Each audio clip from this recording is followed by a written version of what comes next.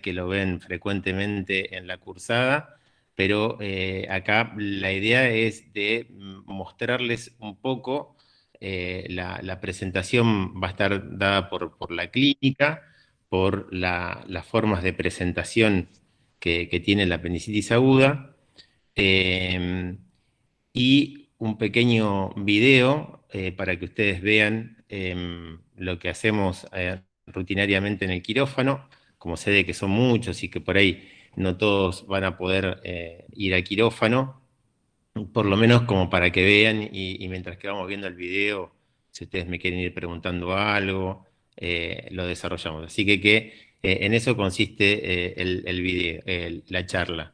La charla también tiene una parte de una guía de flujo, que, bueno, el año pasado era la forma que teníamos para probar la cursada, que con cada tema que se les daba para desarrollar, ustedes puedan, para concientizar y para interiorizar el tema, tenían que hacer una escala de flujo. Así que yo acá les traje también una escala de flujo, simplemente como para que vean algunas particularidades de la apendicitis.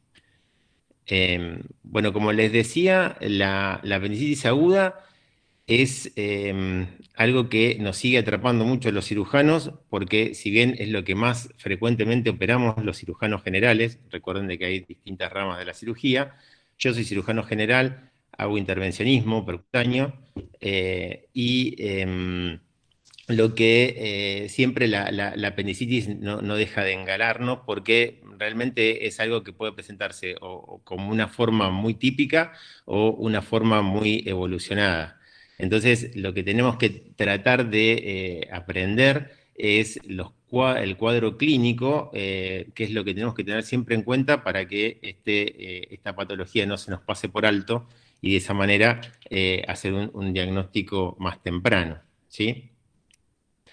Eso tiene que ver un poco porque el apéndice, a diferencia del resto de los órganos que tenemos en nuestro organismo, tiene determinadas características que la hacen realmente que tenga una manifestación clínica muy dispar. Eh, Eso es fundamentalmente porque, menos mal que mi hija no está cursando y me prestó la compu. Eh, Esto, como les decía, las características que tiene el apéndice es que, bueno, que es una estructura pendicular de fondo ciego, ¿sí? Que no tiene comunicación con ningún otro órgano y tiene por característica de que la base de implantación del apéndice siempre está más o menos por debajo de la válvula ileocecal, ¿sí? Miren que yo no sé si ustedes ven mi flechita, pero con el puntero láser, la base de implantación, que está dada por una válvula, se llama válvula de Bowditch, es la que permite la comunicación del apéndice con el ciego. Y el apéndice tiene, sabemos siempre que es la cirugía que primero hace el residente de primer año, y eso es porque nos permite ver la implantación del apéndice en la unión de las tres teñas del colon, ¿sí? La teña anterior y las dos posteriores. Siempre la base va a estar en el fondo del ciego a una distancia prudencial de la válvula ileocecal. Pero el cuerpo y la punta del apéndice están ubicadas en distintos sentidos, y eso es lo que lleva a las diferentes manifestaciones clínicas. Por otra parte, es un órgano que tiene una capa muscular y una submucosa que está rica de folículos linfoideos. Es lo que por eso en los libros de semiología viejos lo referían como la amígdala abdominal, ¿sí? Porque en los cuadros pediátricos o del adulto joven se inflama y es origen de apendicitis. Después tenemos dos capas musculares, la circular y la longitudinal, y la serosa. Pero al ser un órgano tan finito y largo, que tiene entonces, como yo les decía, la ubicación más frecuente es la lateral interna, la que se ubica apoyada sobre el psoas, pero tiene contacto con el peritoneo parietal, ¿sí? Además, tenemos la retrocecal, que es la más frecuente, ella muchas veces, la parte del cuerpo del apéndice está por detrás del ciego, ¿sí? Por detrás de la teña, entonces no va a tener traducción semiológica en el cuadro inflamatorio. Y muchas veces ese apéndice retrocecal es muy prolongado, es muy largo, y hasta inclusive puede simular un cuadro de colecistitis, por dolor en el hipocondrio derecho, y se está pasando por alto que el cuadro es un cuadro apendicular. La que le sigue en frecuencia son las apendicitis pelvianas, que es más frecuente en las mujeres, tiene una ubicación más hacia la excavación pélvica, entre el recto y el útero y la vejiga. Entonces, ese paciente tampoco va a tener mucha signosintomatología a nivel de la pared abdominal, ¿sí? Y por último, las más difíciles de diagnosticar son las mesocelíacas, que las dividimos en preiliales y retroiliales, y esas por estar por detrás del intestino, ¿sí? Es la que habitualmente cuando se manifiesta, ya estamos en una etapa tardía, ¿sí? Entonces va a estar con un cuadro de lo que nosotros llamamos un abdomen vencido, porque el cuadro peritoneal ya progresó, entonces ya logró tener un hilio intestinal, que saben que es la detención del tránsito intestinal, con un abdomen distendido por esa gran peritonitis, y está dado por una apendicitis que no se pudo evaluar en su comienzo, ¿sí? Y por último, recuerden que el apéndice tiene una irrigación terminal, ¿sí? Está dada por la arteria apendicular, que es más gruesa en su diámetro, en su porción proximal, y más finita hacia la punta. Eso es lo que determina que la apendicitis, si uno no llega al diagnóstico en forma temprana, esta se va a perforar, ¿sí? Se va a necrosar de la isquemia que se genera, ¿sí? Entonces, estas características, tanto como la posición del cuerpo y de la punta del apéndice, lo que es las capas constitucionales y la irrigación, son las que determinan de que no tenga una presentación típica, como puede ser así una colecistitis, una pancreatitis o una diverticulitis, que son otras causas de abdómenes agudos inflamatorios, pero que no puede ser tan dispar como es el caso de la apendicitis. Entonces, cada vez que le preguntemos en los exámenes finales algún diagnóstico diferencial, si dicen apendicitis, siempre va a estar bien, ¿sí? Porque es una gran simuladora de todas las patologías abdominales. Recuerden más o menos la anatomía, recuerden que por delante del colon transverso se encuentra el epiplón mayor, ¿sí? Que es un delantal graso que cubre las vísceras, tanto yeyunales como iliales, y ellas son las que también participan en el cuadro inflamatorio para circunscribir o para delimitar la inflamación y que no progrese al resto de la cavidad abdominal. Por eso que siempre hablamos de una porción supramesocolónica, inframesocolónica, lo que es el fondo de saco de Douglas, ¿sí? Que es lo que está por detrás del ciego, y lo que es lo supramesocolónico o subfrénico, que lo dividimos en derecho e izquierdo. Todos esos lugares pueden ser, si llegamos muy tarde al diagnóstico de apendicitis aguda, que tenga una peritonitis generalizada y ubicarse entonces el pus en toda la cavidad abdominal. Desde el punto de vista de la incidencia, como cosa nueva, como ustedes saben, el uso más indiscriminado de antibióticos y la concientización social con respecto a tener una buena dieta, con el aumento de la dieta rica en fibras, ha disminuido la incidencia en los últimos años de las apendicitis. Es una enfermedad que es del adulto joven, entre la segunda y la tercera década de la vida. Es más frecuente en el varón, a diferencia de las otras patologías que pobre siempre es para las chicas. Y como es una patología que siempre uno la piensa en el adulto joven, siempre va a ser mucho más grave en aquellos pacientes que uno no los piensa, sobre todo los pediátricos y los ancianos, ¿sí? O los mayores de 60 años. En ellos, como uno no lo sospecha al cuadro, habitualmente van a cursar con una perforación del apéndice y una peritonitis, que eso aumenta la morbimortalidad de la enfermedad. ¿Vamos bien? ¿Van viendo las imágenes? Sí, perfecto. Sí, profe. Bueno, desde el punto de vista de la etiología, lo que tenemos que tener en cuenta que la fisiopatología se produce por la obstrucción entonces de la luz apendicular, ¿sí? En donde no se obstruye la luz apendicular habitualmente es en las inmunodeficiencias, sobre todo en HIV, producido por citomegalovirus. Pero lo que habitualmente vamos a ver es que la obstrucción de la luz apendicular en el adulto joven y en el anciano se producen por un fecalito, ¿sí? Un fecalito es una concreción de materia fecal que obstruye esa válvula de Bautrin, de la luz de la base apendicular, y eso lleva a desencadenar una serie de eventos que son los que van a llevar hasta la perforación del apéndice.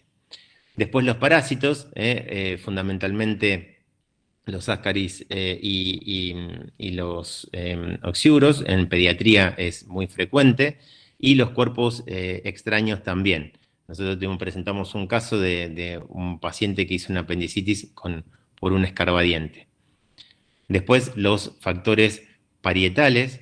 Los factores parietales habitualmente es la hiperplasia linfoidea, que es la presencia de esos gran cantidad de folículos linfoides que se encuentran en la submucosa y al aumentar su tamaño obstruyen la luz.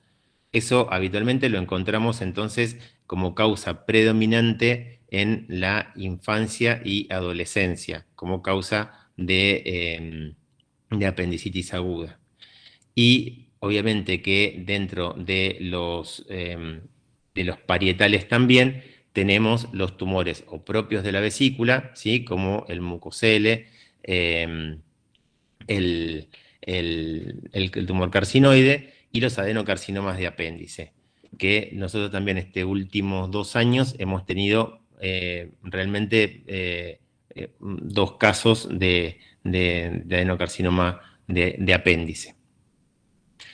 Y Yo hago una obviamente, consulta. sí, En diga. cuanto a frecuencia, entonces diríamos que fecalitos para la general y si no hiperplasia linfoide para adolescentes y niños. Porque yo tenía Es, como la hiperplasia como primaria y secundaria los fecalitos, pero bueno, no sé si. no, sí, está muy bien. Siempre la hiperplasia es más del adolescente, del adulto joven, ¿sí? Y del no adulto joven, sino de la niñez y de la adolescencia, la hiperplasia linfoidea, ¿sí? Que es cuando estás más expuesto a respuesta inflamatoria, inmunológica, digamos. Y en el adulto y el añoso es más frecuente los fecalitos. ¿Sí? Los fecalitos. Y no se olviden entonces tampoco de los factores parietales como los que hablamos recién, ¿sí? El carcinoide, el mucosele y el carcinoma de apéndice. Y dentro de los extraluminales, recuerden también el tumor, por ejemplo, el tumor de ciego, que obstruye por el tumor que va creciendo en la luz del ciego. El paciente comienza su cuadro clínico con una símil, una apendicitis aguda, y está dada por un tumor de ciego. Entonces, cuando uno lo opera, se encuentra con una tumoración secal. Y obviamente las metástasis, que muchas veces las metástasis por inflamación del peritoneo parietal generan adherencias o cicatrices internas que obstruyen el apéndice. Bueno, lo cierto es que siempre los cirujanos preferimos operar el apéndice, como ustedes ven en la imagen inferior, en donde se ve un apéndice desde ya de que, bueno, que por ahí ustedes no están acostumbrados a ver un apéndice, pero bueno, créanme que esa apéndice está ingurgitada, está tensa, se ven en sus paredes, con una gran congestión venosa. Eso es lo que nosotros llamamos una apendicitis catarral o flemonosa, que es de su comienzo reciente, ¿sí? En donde no llega a encontrarse ni líquido en la cavidad peritoneal ni fibrina en sus paredes. Es decir, que la obstrucción de la luz del apéndice va a generar una hipertensión dentro de la luz con un aumento de la secreción mucosa y eso lleva a un éstasis venoso. Entonces eso es por esa razón que se ve esa apéndice ingurgitada, con esos vasos tortuosos y congestivos y una apéndice aumentada en su tamaño. Ese apéndice va a tener una signosintomatología típica, con que ahora lo vamos a describir, y es el cuadro que uno tiene que hacer hincapié para llegar al diagnóstico. Si continúa el proceso evolutivo, ya va a haber una obstrucción linfática por esa falta de comunicación de la luz apendicular con el resto del intestino, y va a haber una ya congestión venosa y una proliferación de gérmenes, que ya vamos a llegar entonces en esa etapa a la apendicitis flemonosa, ¿sí? O fibrino-purulenta, en donde en ella vamos a encontrar, rodeando el apéndice, toda una capa de moco verde amarillento y una mayor congestión del apéndice, y habitualmente en esos casos ya tenemos, por trasudación de este órgano inflamado, la presencia de líquido, ¿sí? De líquido que tiene contenido bacteriano, pero se encuentra lindero al apéndice.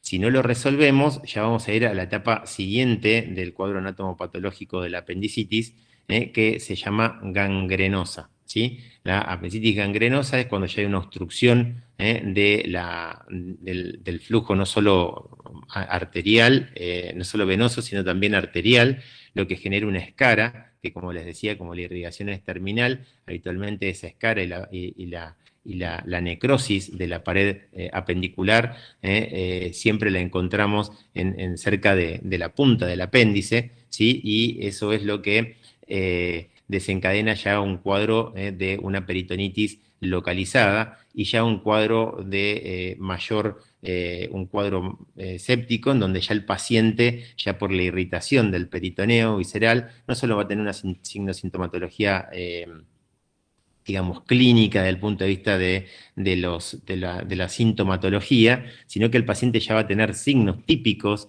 de la apendicitis aguda, que no nos va a impedir a llevar al paciente al quirófano, porque es muy categórico de su presentación, ¿sí? Como ese paciente entonces ya va a tener un signo de Bloomberg, ¿sí? O la contractura de la pared, ¿sí? Sí, y finalmente la última que tenemos es la perforada, ¿sí? En donde la perforada ya tenemos una peritonitis localizada o generalizada, que ya en ese caso el paciente va a tener un cuadro febril importante, va a tener líquido dentro de la cavidad abdominal, y ya no solamente va a tener una contractura en la fosa ilíaca derecha, sino que va a ser en forma generalizada, ¿sí? Entonces, esas 4 formas anatomoclínicas de la apendicitis agudas tienen un correlato directo, ¿sí? Con la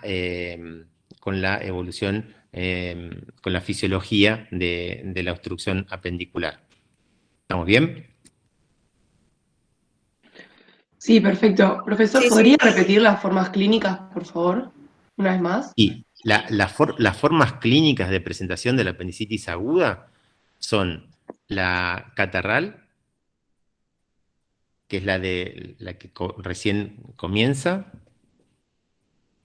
Después tenemos la flemonosa, donde ya hay una secreción purulenta por la obstrucción del apéndice. Después tenés la gangrenosa, donde ya se isquemia la pared las paredes del apéndice, que recuerden que siempre es en la parte distal de ella. Y por último, la perforada, que la perforada realmente, cuando vean una apendicitis perforada, no se le olvida más, porque es un cuadro realmente que vos decís, este paciente hay que operarlo.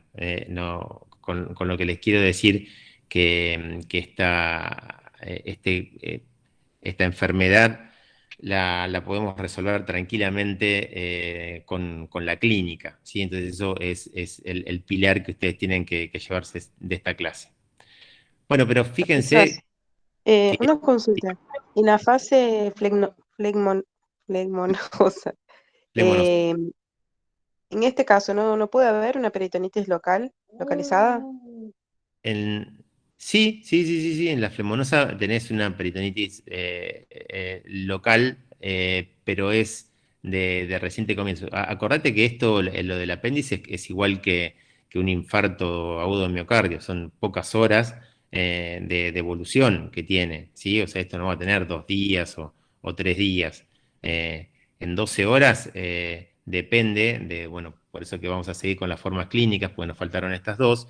eh, el paciente va a ir evolucionando en horas, ¿sí? Entonces, ahí es donde tenemos que estar abusados para... eh, sí, también se pueden conocer con ese nombre, como edematosa, supurativa y necrótica. Está bien, Jessica, también puede ser de esa forma. Bueno, chicos, nos faltaría hablar entonces de lo que es del plastrón y el absceso. Si el paciente tiene un suficiente estado inmunológico eh, y es un paciente joven, puede lograrse lo que se llama un plastrón. El plastrón es si el paciente no consultó o se interpretó como otro cuadro y le dieron antibióticos. Por ahí el paciente lo que va a realizar es un plastrón. El plastrón no es nada más ni nada menos que una inflamación del peritoneo, no solo visceral, sino también parietal, que secreta líquido y es como que si hiciera como si se pegaran, como si fuera un pegamento de todas las vísceras linderas. Y el que más se encarga de todo eso es el epiplom mayor, que es lo que nosotros siempre decimos como el vigilante del abdomen, que es el que va a tratar de circunscribir la víscera que está inflamada para que no llegar a ese cuadro, como estábamos hablando, de una peritonitis generalizada, ¿sí? Entonces, en ese plastrón va a ser una masa que uno la va a palpar perfectamente en fosa ilíaca derecha, que no va a ser redondita como si fuera un lipoma o como si fuera un tumor quístico, sino de que va a tener una superficie irregular, que el paciente va a tener un dolorimiento, pero no va a tener una defensa ni reacción peritoneal, pero el paciente es muy probable que esté con algo de distensión abdominal, con falta de ingesta de alimentos, con algo de constipación y con algún cuadro de temperatura. Entonces, ese paciente es un paciente que también debemos de internar y seguirlo clínicamente, bueno, para estudiarlo, obviamente, porque ahí un poco escapa la clínica, pero sí, ustedes tienen que tener en cuenta que un plastrón, es decir, que un tumor en fosa ilíaca derecha, puede deberse a una apendicitis evolucionada. Por otro lado, tenemos el absceso, que el absceso sería muchas veces si el paciente tiene la suficiente capacidad de continuar con el bloqueo del cuadro inflamatorio, lo que hace digiere el apéndice y se hace una bolsa de pus. Entonces ese paciente es probable que comience a tener fiebres en pico, sobre todo nocturnas, y ese paciente entonces puede ser que ese pus se autodigiera, digamos, si es en poca cantidad, o bien si es en mucha cantidad, que uno tenga que involucre su economía, va a estar febril, anémico, con adinamia, entonces es un paciente que obviamente va a consultar y en los estudios recuerden entonces que un absceso en fosa ilíaca derecha es muy probable que se deba a una apendicitis evolucionada. Entonces, además de las que dijimos, chicos, de las otras formas clínicas, recuerden que también está el plastrón y el absceso. Entonces, con eso formaríamos 5 etapas clínicas de la apendicitis aguda.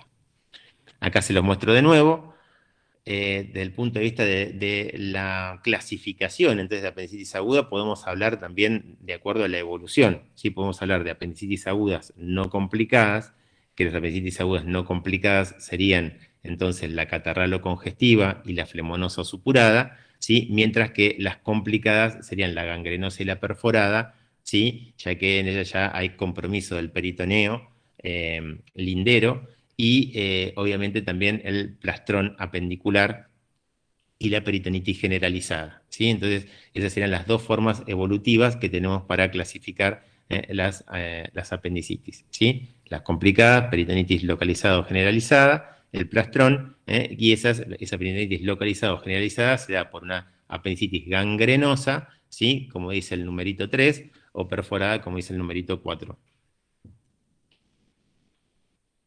Bueno, ¿hasta ahora vamos bien? Sí, profe, perfecto. Sí, bien. Sí. Bueno, si bien ustedes son médicos de los estudios complementarios, lo más importante es que recuerden que siempre la apendicitis aguda, el diagnóstico es clínico.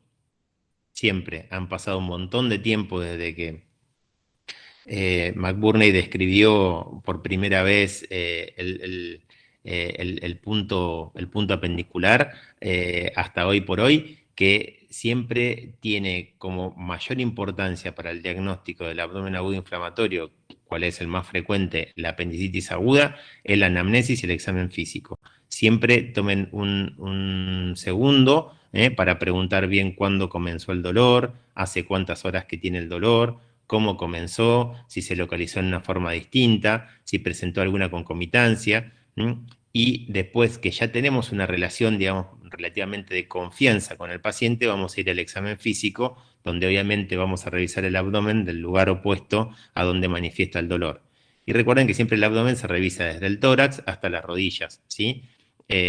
Por eso que uno tiene que haber comenzado un poco con una charla para ir ya imaginándose cuál puede ser la causa de esa manifestación clínica que nos consulta el paciente. Entonces es fundamental el interrogatorio.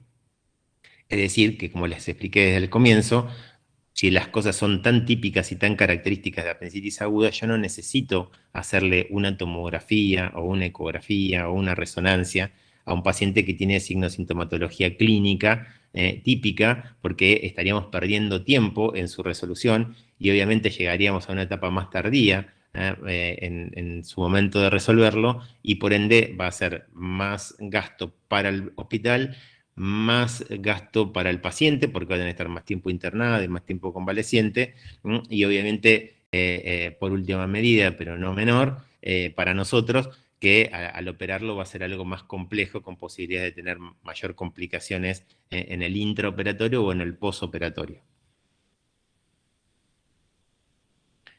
Entonces, recuerden que las apendicitis agudas, lo que va a consultar el paciente es por un dolor abdominal, ¿sí? El dolor abdominal es el síntoma cardinal de todos los abdómenes agudos inflamatorios.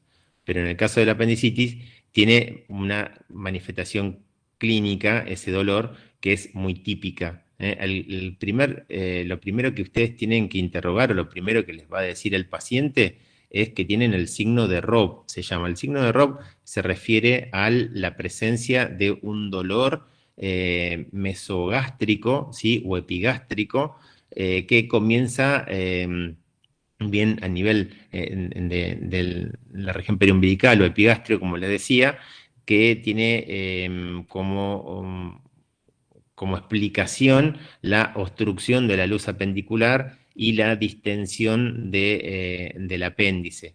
Eso va por vía refleja, ¿sí? Por el sistema autónomo, por el parasimpático, y desencadena esa sensación de un dolor inespecífico que no pueden delimitar bien, por eso que no te pueden decir bien en qué lugar estaba. Ese reflejo vagal va a desencadenar la presencia de sudoración y náuseas. Recuerden que las apendicitis agudas van a tener náuseas, pero no vómitos, ¿sí? No va a vomitar mucho, sí va a tener mucha náusea y a lo sumo un vómito si hacía poquito que había comido, que se había alimentado cuando comienza el cuadro apendicular. Y ese dolor luego se va a localizar en la fosa ilíaca derecha, que es como vos me preguntaste, que es cuando ya el apéndice ya trasuda esa fibrina y ese líquido por permeación de gérmenes y irrita el peritoneo parietal. Al irritar el peritoneo parietal, estamos en la primera etapa de la apendicitis aguda, y ya va a dar entonces defensa, es decir, que a la palpación vamos a notar una contractura, como sería similar a una cosquilla, ¿sí? Pero en este contexto, en la fosa ilíaca derecha, ¿sí? Esa correlación de un dolor inespecífico acompañada de náuseas y finalmente localizado en el hipocondrio, en la fosa ilíaca derecha, es lo que llamamos la cronología de Murphy. La cronología de Murphy es típica, se da en el 50 o un poco más, pero redondeamos en un 50% de los casos de las apendicitis agudas típicas, que son las que hablamos recién, que son las que están bien laterales internas al ciego, que tienen mucha traducción, mucho contacto con el peritoneo parietal. Estos pacientes, hay alguien que se vino ahora, muy bien. Estos pacientes entonces van a tener esa cronología, pero recuerden que no es única de la apendicitis aguda. Otros cuadros de abdómenes agudos inflamatorios también tienen cronología de Murphy. Los pacientes con apendicitis aguda siempre tienen anorexia. Recuerden que todos los abdómenes agudos quirúrgicos cursan con falta de apetito. Si el paciente tiene un dolor abdominal, pero tiene apetito, es más probable que tenga una gastroenterocolitis. Vieron de que ustedes para ahí comieron mal, qué sé yo, van mucho al baño, tuvieron algún episodio de vómito, pero tienen ganas de comer. La apendicitis no, es un cuadro, realmente la irritación visceral y peritoneal no te deja comer, ¿sí? Y obviamente dentro del examen físico, no olvidarse de la disociación axilorectal, que siempre va a ser mayor de 1 grado centígrado entre la axila y la temperatura rectal en el examen físico. ¿Vamos bien? Sí, profe. Bueno, desde el punto de vista de... Sí, ¿alguien dijo algo?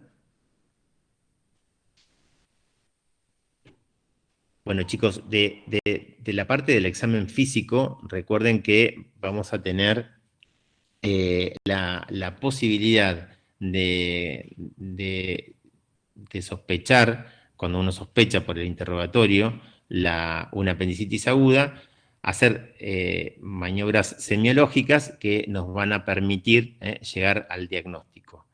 Entonces siempre recuerden que vamos a comenzar a palpar el abdomen por la fosa ilíaca izquierda, vamos a ir en forma ascendente hasta llegar a la fosa ilíaca derecha, una palpación a mano llena, muy suave, como acariciando la mano, y cuando llegan a la fosa ilíaca derecha, puede ser que encuentren una defensa muscular. Recuerden entonces que la defensa muscular es el arco reflejo que se da por la irritación del peritoneo, ¿sí? Entonces, si se da ubicada en ese lugar, estamos frente a una apendicitis aguda, ¿sí? Y eso habla de lo que el nombre propio es el punto de McBurney. El punto de McBurney nos habla del dolor exquisito de la defensa muscular en una línea oblicua que va desde el ombligo hasta la espina ilíaca anterosuperior, uniendo los 2 tercios internos con el tercio externo. ¿Sí? Ese es el punto de McBurney, que es el punto doloroso ante la inflamación del apéndice. Y el signo de Blumberg, ¿qué es el signo de Blumberg? ¿Alguno que diga? Sería el dolor a la descompresión localizado. Exactamente, el dolor, y recuerden de que ya cuando tenemos el signo de rebote, ¿sí? Que es a la palpación, ya sería una palpación más profunda, ¿sí? Y liberamos la palpación, ese dolor es un dolor muy exquisito, que a veces, viste, bueno, hacerlo así frecuentemente es medio lastimoso para el paciente. Nos habla ya de una irritación del peritoneo, es decir, de una peritonitis localizada. Y el signo de Guénot de Mussy es ya la contractura abdominal en forma generalizada, que nos habla de una peritonitis generalizada por una perforación apendicular. Entonces, el signo de Guénot de Mussy lo vamos a tener en toda la pared abdominal, ¿sí? Como si fuera una úlcera gástrica perforada. Sí, muy bien. El signo de Blumberg es el signo del dolor a la descompresión en el punto de McBurney. Muy bien. Y el signo de Guénot de Mussy es en forma generalizada. Mientras que el signo de Robson es el dolor que se manifiesta en fosa ilíaca derecha comprimiendo la fosa ilíaca izquierda, que eso supuestamente por progresión del aire dentro de la luz colónica distendería el ciego y eso produciría dolor. Que yo creo que eso es más por contigüidad de las vísceras delgadas que como está inflamado el dolor, pero me parece medio raro. Dos signos que no tenemos que olvidar son, como ya les dije, que una de las más frecuentes formas de presentación de las apendicitis eran las retrosecales. Entonces, las retrosecales tienen dos puntos álgidos. Uno es el punto del Lesen. El punto del Lesen es un punto que se ubica, es un punto doloroso que se ubica 2 traveses de dedo por encima de la espina ilíaca anterosuperior derecha y por detrás. También va a ser doloroso la percusión de la región lumbar baja en el caso de una apendicitis retrocecal. Y el signo de Meltzer es con el signo de Meltzer uno logra el dolor en la fosa ilíaca derecha poniendo al paciente en decúbito lateral izquierdo y logrando la hiperextensión del miembro inferior derecho. Eso lleva a la estiramiento del psoas ilíaco, lo cual lo aumenta en su diámetro y presiona, digamos, el apéndice, que está la apendicitis, contra el ciego, y eso desencadena dolor. Entonces, el signo de Meltzer lo encontramos en las apendicitis retrosecales. Y el signo de Zacharias-Cope es el signo del obturador. El signo del obturador se da en las apendicitis que son más frecuentes en las mujeres, que son las apendicitis pelvianas. Las apendicitis pelvianas, habitualmente la paciente va a tener la presencia de disuria y polaquiuria, es decir, la presencia de una urgencia miccional y ardor a la micción, y eso es porque el apéndice se localiza, está apoyada sobre la vejiga o lindero a la vejiga, o bien si está apoyado hacia el recto puede tener sensación de recto ocupado, que es lo que se llama entonces tenesmo, y también como necesidad de defecar. Y el signo de Cope, entonces, porque obviamente ese paciente va a tener un abdomen blando, ¿sí? Pero sí va a tener la cronología del dolor, o sea, va a comenzar con un dolor abdominal y puede tener o no temperatura, ¿sí? Entonces es importante que recordemos estos signos para realizarlos. El signo de Cope simplemente se hace con el paciente en decúbito dorsal, flexión del miembro superior derecho y la rotación interna de la rodilla.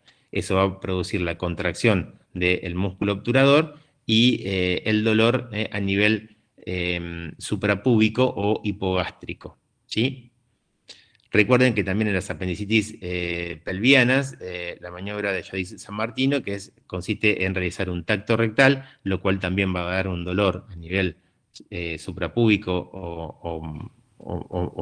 o infraumbilical, y serían signos típicos, ¿sí?, de las apendicitis pelvianas. Entonces acuérdense de los signos típicos que no me pueden dejar de decir el signo de McBurney y el Bloomberg, ¿sí? Y el Guénon de Mussy sería para la apendicitis generalizada, y estos serían para la pelviana y para la retrocecal. Profe, perdón. Diga. ¿Podés repetir de vuelta el otro signo para las apendicitis retrosecales? Anoté solo el de Metzner. Sí, es ese solo. Ah, listo, está. Ah, no, tenés razón, perdón, tenés el punto de Lesen. Lesen se escribe. Ah, listo, gracias. Igual, si se ponen a leerlo en el libro, van a encontrar 5 millones de signos y cosas, viste que es mucho de la semiología. Yo lo que quiero que ustedes recuerden es la diferencia que hay entre la defensa y la contractura, ¿sí? Y cuáles son los signos típicos de estos de los que hablamos recién. El de Metzger, el de Cope y el Bloomberg. Bueno, desde el punto de vista del laboratorio, recuerden que siempre tenemos que pedir los reactantes de fase aguda. Entonces, siempre vamos a pedir un recuento de glóbulos blancos, siempre vamos a pedir un coagulograma si es un paciente potencialmente quirúrgico, siempre vamos a pedir una glucemia por ahí para descartar en un adolescente o en un niño una cetoacidosis diabética, que también se puede manifestar como un cuadro de dolor abdominal. Si es una mujer, siempre pedir el test de embarazo, ¿sí? Y nunca olvidarse del sedimento urinario. El sedimento urinario es la gran simuladora, porque en el sedimento urinario que ustedes piden por guardia, le puede dar patológico. Y si le da patológico, ¿qué hacemos, chicos? Y hay apendicitis que daban sedimento urinario patológico, creo que era un 30%, así que no se descartaría. Exacto, muy bien, perfecto. Si ustedes tienen el hallazgo por el interrogatorio del examen físico, que para ustedes es una apendicitis, es una apendicitis. Por más que el clínico venga y te diga, sí, pero vos sabés que tiene hematíes y leucocitos en orina. Como dijimos recién, si el apéndice está espelviano, se da en una mujer, porque sobre todo eso habitualmente nos pasa con las chicas, que tienen más frecuentemente infecciones urinarias que los varones. Entonces, por eso es importante que ustedes lo tengan en cuenta. Y obviamente, si el cuadro apendicular está evolucionado, el hematocrito puede ser que nos dé elevado por deshidratación, al igual que logré la creatinina. Entonces, la funcionalidad renal y el hematocrito, también como diagnóstico diferencial de otros abdómenes agudos, como el hemorrágico, es importante pedirlo. Si bien nosotros seguimos pregonando el par radiológico, es algo que siempre en el examen lo tienen que decir, ¿sí? Siempre nosotros pedimos un par radiológico. Y el par radiológico, ¿por qué siempre pedimos radiografía de tórax? No solamente por una cuestión dentro del prequirúrgico, si se quiere, sino para hacer diagnóstico diferencial. Porque como les decía, si bien las apendicitis agudas perforativas no son la mayor causa, yo particularmente no vi nunca, de abdomen, es decir, que tengan un neumoperitoneo, ¿sí? Es decir, la presencia de una cúpula de aire en el hipocondrio derecho, que se ve la cúpula diafragmática en la radiografía de tórax, es la explicación por lo cual nosotros pedimos la radiografía de tórax, ¿sí? Para ver la presencia, si nos estamos confundiendo de abdomen agudo, ¿sí? Pedir siempre una radiografía de tórax y una radiografía de abdomen de pie. En la radiografía de abdomen de pie, en la apendicitis aguda, habitualmente lo que se ve es un hilio regional, es decir, como está la víscera inflamada, como yo le decía, el epiplón y las vísceras linderas, van a circunscribir esa víscera que está inflamada, entonces se va a ver como una burbujita de aire en la fosa ilíaca derecha, como se ve en la flechita de la imagen que tienen a la derecha. Y también muchas veces se puede ver el fecalito, ¿sí? Pero bueno, esto es muy digamos, de la historia de la cirugía, ¿sí? Pero es importante de no olvidarse, cuando ustedes, como practicantes, están en la guardia, hacen el interrogatorio, el examen físico, bueno, van ganando tiempo y le van pidiendo la placa y las radiografías antes que llamen al residente de cirugía para que los acompañe a ver ese paciente. ¿Vamos bien? Perfecto. Sí. Con respecto al otro método complementario, es la ecografía abdominal. La ecografía abdominal, como para decirles, si bien tiene signos muy típicos, pero bueno, signos muy típicos tiene que ser el paciente súper flaco, como para poder ver estas imágenes que ustedes ven. La imagen que ven a la izquierda es el signo de la escarapela, que es la presencia de una imagen hiperecogénica, con una imagen anecoica, es decir, negra, con otra hiperecogénica más blanca, y nuevamente lo mismo por dentro, que sería el líquido por alrededor del apéndice en un corte transversal, ¿sí? Y el edema de la mucosa, de la submucosa. O bien el signo de la salchicha, como ven a la parte derecha, que sería ver una imagen tubular, aperistáltica, la producción del signo del dolor de McBurney, el ecográfico con el ecógrafo, y medir la pared y que esta mida más de 7 milímetros. Eso sería lo que ustedes van a ver o que ya vieron no, todavía no, en imágenes, ¿sí? Pero bueno, lo cierto es que la ecografía lo único que nos puede mostrar es la presencia de líquido libre, lo cual nos hablaría entonces de que ese paciente está bien, que ustedes no lo dejen ir y que lo sigan estudiando a ver por qué el paciente tiene líquido libre en el fondo de saco de Douglas, habitualmente se ve muy bien, o para diferenciar o discriminar si ese paciente es del sexo femenino, si tiene otros diagnósticos diferenciales, ¿sí? Como un quiste de ovario roto, como una EPI, como un mioma torsionado, ¿sí? Es decir, que no es muy común que podamos ver una apendicitis aguda por ecografía, a no ser que sea muy flaquito. Idealmente, si sos gordito, tiene que ser o un ecografista muy entrenado o que esté complicado, ¿sí? Entonces, sí o sí, lo que vamos a ver es el líquido libre con la ecografía. Para la ecografía, entonces recuerden que sería para aquellos que nos plantean dudas, como que no tienen traducción en la semiología abdominal, ¿sí? En donde no encontramos la presencia de esa contractura o de esa defensa abdominal, como dijimos en las apendicitis pelvianas.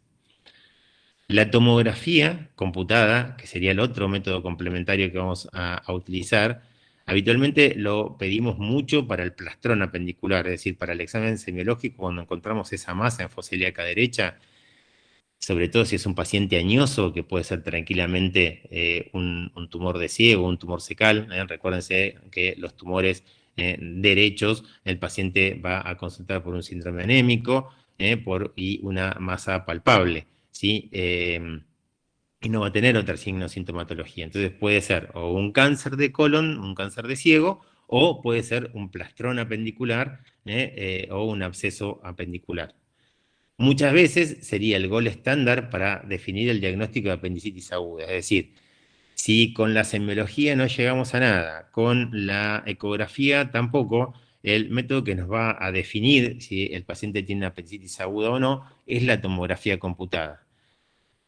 Con esto que les digo, tiene que ser para un caso que ustedes dicen, mira, tiene leucocitosis, el paciente tiene cronología de Murphy, pero el examen físico, el abdomen es blando, en ese caso, si uno suma una cantidad de puntuaciones, que ahora las vamos a ver, es el paciente que iría a una tomografía, ¿sí? Pero no vean la tomografía, habitualmente la hacemos para la duda diagnóstica o para aquellos pacientes que son muy obesos, ¿sí? En donde la ecografía no nos aporta mucho y el examen físico tampoco, ¿sí? Porque una contractura en un paciente que es obeso, les aseguro que no lo logran palpar, ¿sí? Entonces, si les genera cierta duda, bueno, hoy por hoy la tomografía es como la radiografía de la época mía.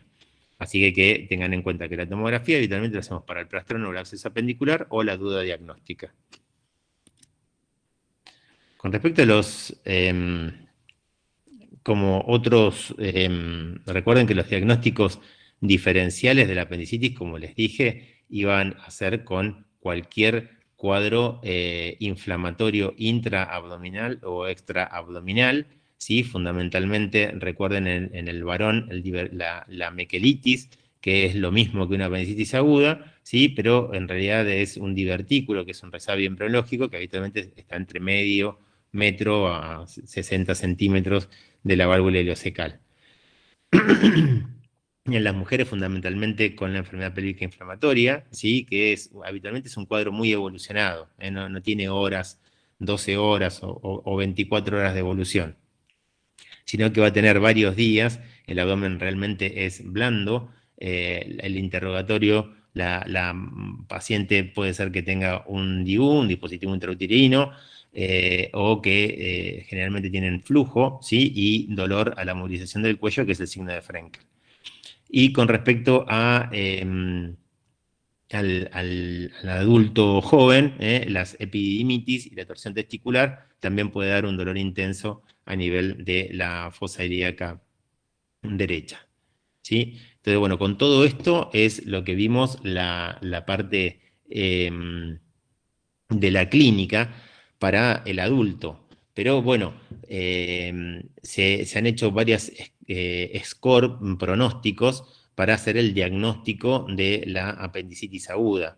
Entonces, así se plantearon para los pacientes pediátricos varios scores que lo que fundamentalmente quería que vean, ¿lo ven a la imagen? ¿Están viendo una que dice conducta terapéutica?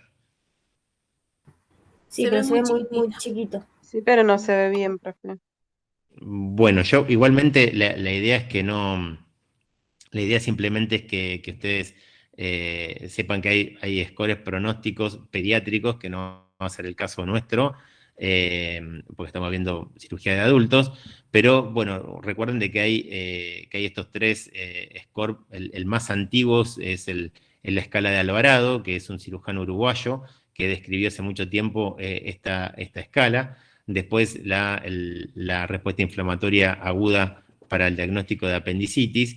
Pero bueno, fundamentalmente lo que yo quiero que ustedes vean es que se basa fundamentalmente en el interrogatorio y en el examen físico. Fíjense que en la escala de Alvarado, yo no sé si el puntero láser va más lento, pero bueno, si por ahí logran ver, fíjense que hace un total de 10 puntos la escala de Alvarado, en donde tiene un punto la migración del dolor, un punto la presencia de anorexia, las náuseas, un punto, la defensa en la fosa ilíaca derecha, 2 puntos, el signo de Bloomberg, que sería el dolor, el dolor de rebote, 1 punto, y recién ahí pasa la temperatura, perdón, por encima de 37 grados centígrados, otro punto más, y la leucocitosis mayor de 10.000 y la presencia de formas inmaduras de glóbulos blancos cuando es mayor del 75%, otro punto más.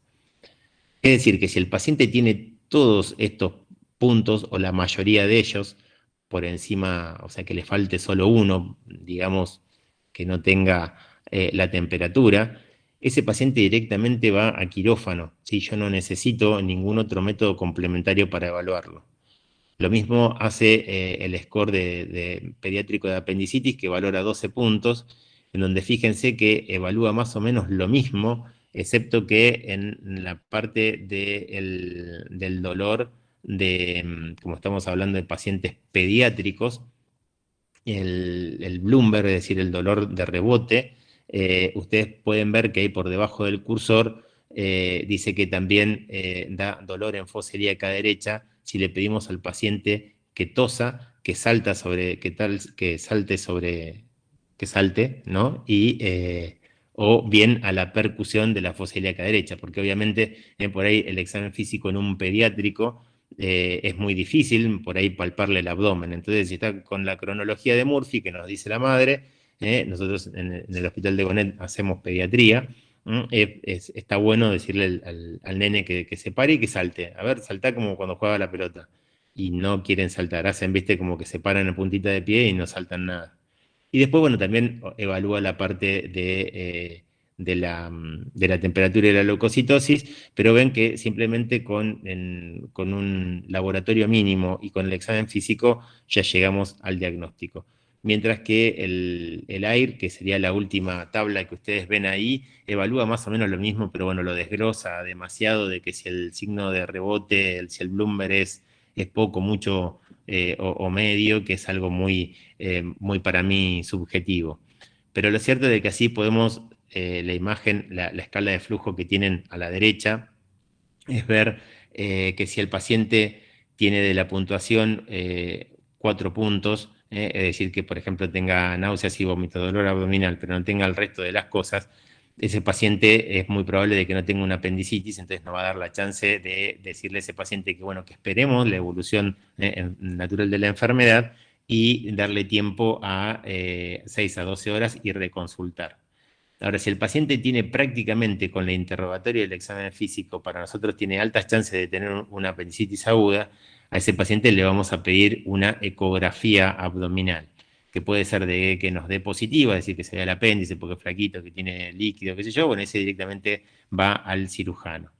Ahora, si la ecografía tampoco es concluyente, pero para nosotros el examen físico sí es concluyente para el diagnóstico, le vamos a realizar una tomografía computada, ¿sí? Que esa la vamos a realizar con un contraste oral y endovenoso para poder ver si el contraste oral no llega al apéndice porque el apéndice está obstruida, ¿sí? o si se ve el edema de la grasa periapendicular, también es una apendicitis. Y en el caso de que la paciente esté embarazada, se pide una resonancia magnética. Obviamente, la misma otra escala, ¿sí? Si eso da signos típicos tomográficos o de resonancia de apendicitis aguda, ese paciente va al quirófano. Y bueno, como les decía al comienzo de la charla, si el paciente tiene todos los puntos, ese paciente directamente va a ir a cirugía. ¿Se entendió más o menos lo que quería que ustedes vieran? De que es todo clínico. Sí, profe. Sí, profe. Sí, la de la derecha sería escala de flujo, como para después buscar una imagen más grande, por ahí volverla a ver. Sí, sí, Bien. si no se las mando, si no me escriben el mail y se los mando por mail. Bueno, y finalmente entonces el tratamiento. El tratamiento, bueno, si las apendicitis son no complicadas, que dijimos como la catarral y la flemonosa, simplemente la apendicectomía laparoscópica, ¿sí? Ahora, si está complicada, no solamente vamos a sacar el apéndice, sino que vamos a lavar la cavidad peritoneal, no solamente sacar el apéndice. Y en el caso de que tengamos un plastrón apendicular, que siempre eso, el diagnóstico, recuérdense que lo hacíamos por la clínica, pues es una apendicitis evolucionada, con un cuadro de dolor tórpido, con el paciente que fue a la consulta y le interpretaron como una infección urinaria o una diverticulitis y le dieron antibióticos. El paciente se interna, se ayuna, se pone antibióticos y como se ayuna, se hace un plan de hidratación para que el paciente mantenga el ayuno. Y en el caso del absceso, lo que vamos a hacer es todo lo anterior, pero tenemos que drenar esa colección de pus que se encuentra delimitada del resto de la cavidad peritoneal. Eso sucede si el paciente tiene una función inmunológica normal, ¿no? Si el paciente tiene alguna comorbilidad, neoplasia, trasplantado, los insuficientes renales, que usan muchos corticoides y demás, ese paciente seguramente va a ser una peritonitis, entonces no vamos a llegar a hacer un drenaje percutáneo, vamos a tener que ir a operarlo. Con respecto a la internación, recuerden que siempre tenemos que realizar un tratamiento antibiótico que consiste en cubrir gérmenes gram negativos y anaerobios. Entonces, si es una apendicitis no perforada, lo que vamos a hacer es una dosis de metronidazol más ciprofloxacina o metronidazol magenta en la inducción anestésica y después no vamos a continuar con el tratamiento antibiótico, ¿sí? Y si el paciente es alérgico o tiene un trastorno en la función renal, no vamos a usar gentamicina y podemos usar cefazolina más metronidazol. Mientras que si estamos hablando de una apendicitis gangrenosa o perforada, que eran las otras dos formas clínicas de las 4 que habíamos hablado, ese paciente tiene que hacer un tratamiento antibiótico por el término de 5 a 7 días, ¿sí? Y en ese caso siempre sumamos metronidazol genta o ciprometronidazol o ampicsulbactam metronidazol. Bueno, con todo esto ya llegamos al final de la charla. Así que ahora lo único que quería era reproducirles un video